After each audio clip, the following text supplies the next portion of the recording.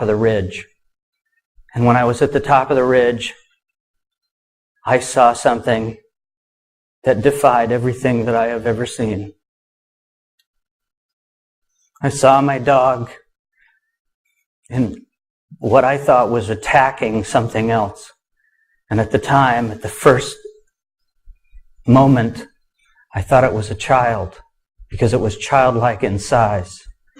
My dog had this thing by the arm, and they were in some kind of mortal conflict. As I watched, moment, second to second, I watched my dog being torn in half in front of my eyes.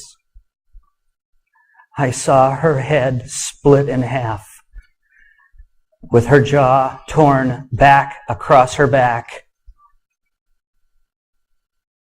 and her life being torn apart in front of me. I called for her to let go.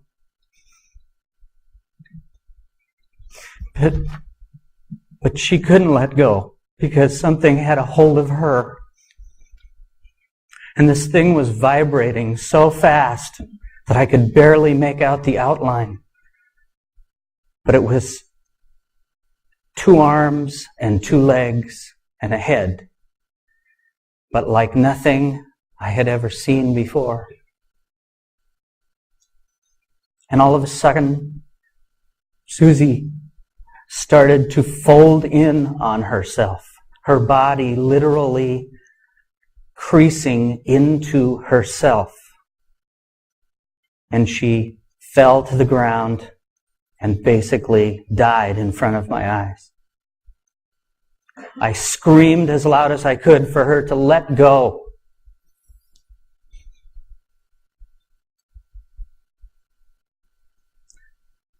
But she was gone. And I ran forward as this thing looked at me. And I took that branch and I hit it as hard as I could. And it screamed, and so did I. And defending my dog.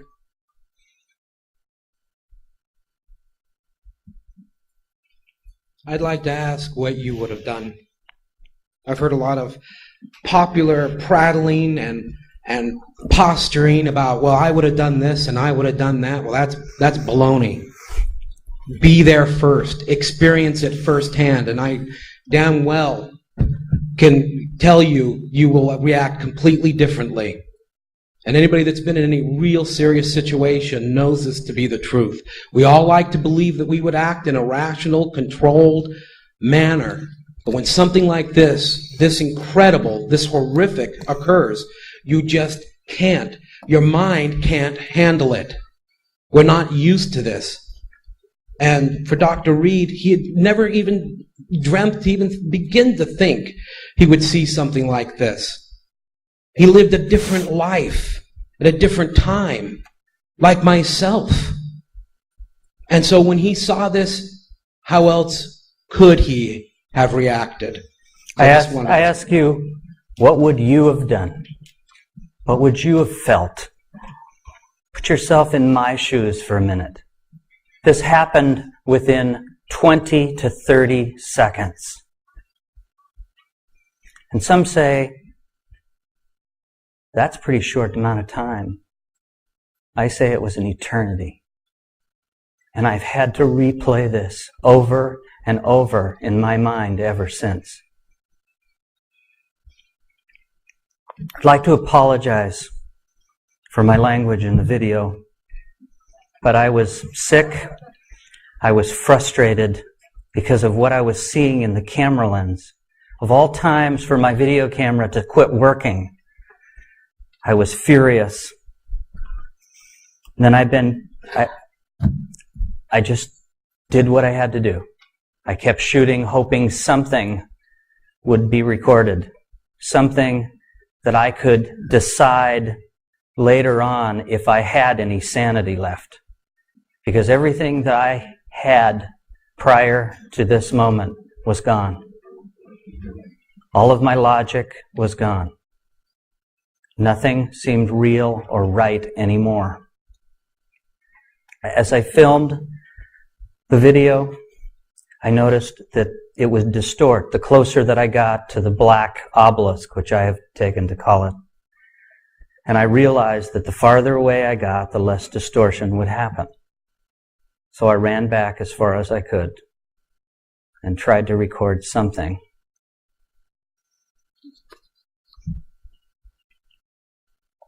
After taking the video, I ran back to my pack and I took my 35mm camera out and I took pictures of everything at the site. I have some of those pictures here, and we can look at those now.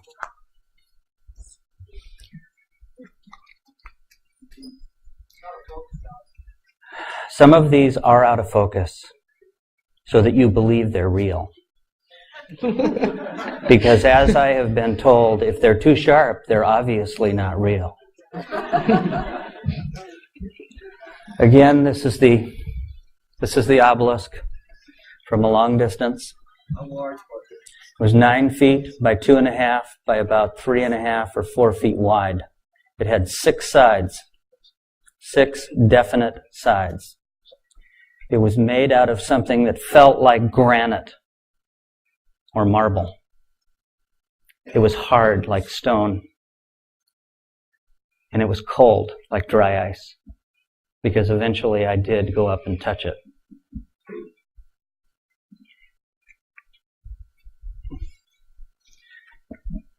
People have said, oh, these pictures have been manipulated. Well, what you're looking at is not a digital copy. These are 35mm slides. These are the originals.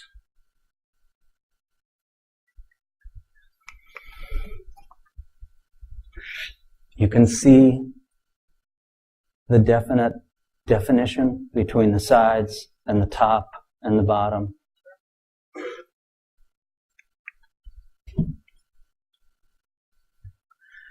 This, in my mind, after thinking about this for a long time, I don't necessarily call this a ship or a craft, but possibly a toolbox, possibly a container for something. I don't know. I don't have those answers.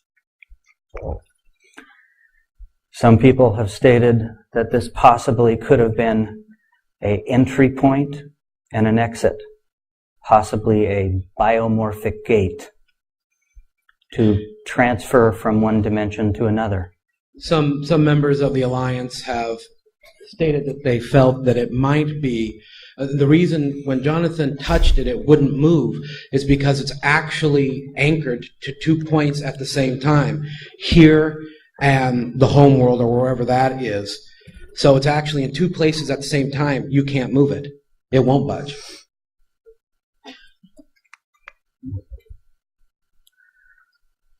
The negatives or the slides of this have been looked at and verified to have not been digitally manipulated by more than one source, out of my hands, independent of me. Art Bell was one. I imagine most people here know Art Bell. So Art Bell was one, Eastman Kodak was the other. This is a pretty good example of what I saw. To give you an idea of how I came across this thing, after I knocked the creature down, I became instantly violently sick.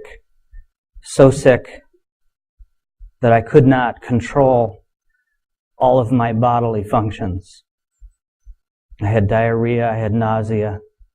I couldn't stand for more than about 5 or 6 minutes at the most without falling to the ground. I did my best to try to regain some kind of strength, some kind of composure. But again, the sickness would come.